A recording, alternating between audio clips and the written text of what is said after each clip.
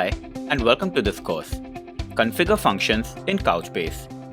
My name is Kishan Iyer, and I will be your instructor for this course. A little about myself first.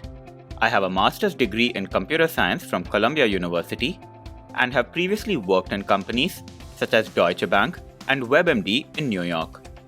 I presently work for Looneycon, a studio for high-quality video content.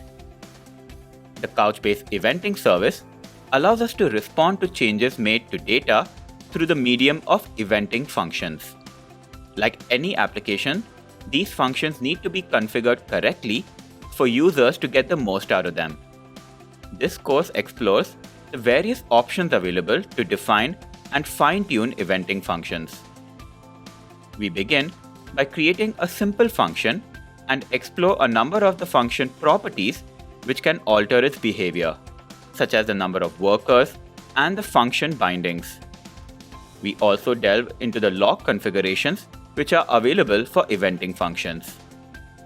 We then move on to the available options when developing the code for eventing functions, from the use of try-catch blocks to handle errors, to the built-in debugging feature which can be enabled to get to the bottom of issues with deployed functions. We also cover the statistics available for functions to monitor their performance and point to where the functions or their environment can be tweaked.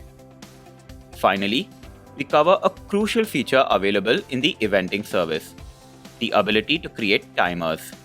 These are functions which are scheduled to execute at a specific time in the future.